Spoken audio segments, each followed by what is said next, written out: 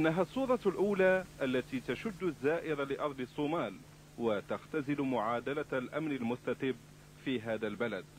ولكن كيف تحقق ذلك؟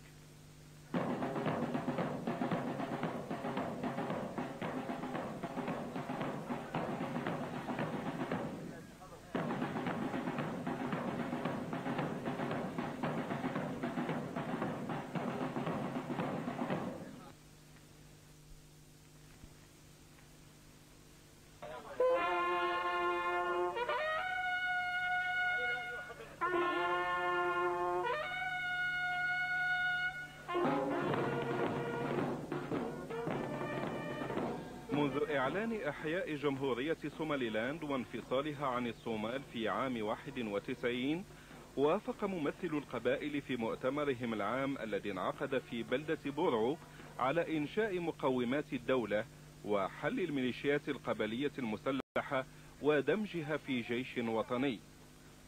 ومنذ ذلك الحين انضم آلاف الشبان المسلحين إلى الجيش وشكلوا نواة جيش نظامي يضم حوالي 25 ألف جندي.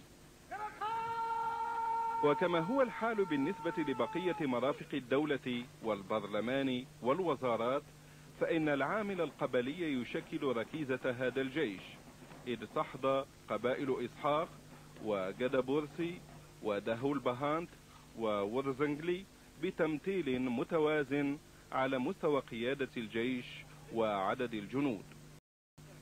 وكان تجميع أسلحة القبائل وإنشاء الجيش الخطوة الأولى التي ساعدت على تكريس هبة الدولة الفتية القادمة. بعد ذلك توجه الاهتمام إلى بناء